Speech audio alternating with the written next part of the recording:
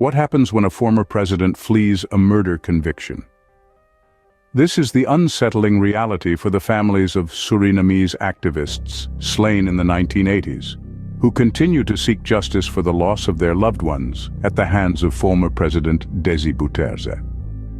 Bouterse, a political figure who dominated Surinamese politics for decades, first emerged into prominence following a coup in 1980. His reign only came to an end 40 years later, in 2020. However, his departure from office did not mean an end to his controversial legacy. In a landmark case 5 years prior to his exit from the political stage, Bouterse, along with 6 others, were convicted for their involvement in the brutal murders of 15 government critics in 1982.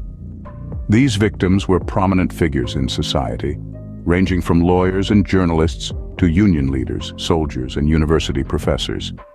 Bouterse had claimed these individuals were part of an invasion plot, a claim that did not save him from a 20-year prison sentence. This conviction was a result of an exhaustive legal battle that spanned over 16 years, with the decisive evidence coming from a union leader who survived the incident at a colonial fortress in the capital, Paramaribo. The country's top court upheld the conviction in December. However, the story takes a twist when Bouterse and his former bodyguard, Iwan Dijksteel, failed to report to prison in January.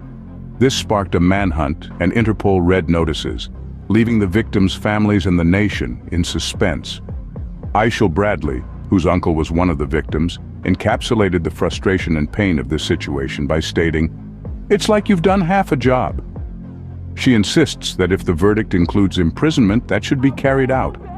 Without this, her family, like many others who fled Suriname during Bouterse's tenure, are left without closure.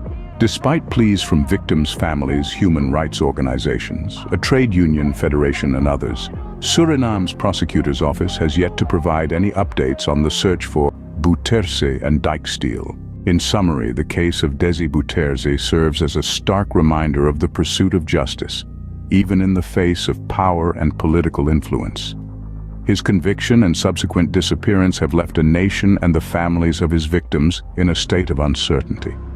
The ongoing search for Bouterse and his former bodyguard continues to be a focal point for Suriname and the world at large, a testament to the enduring quest for justice and closure.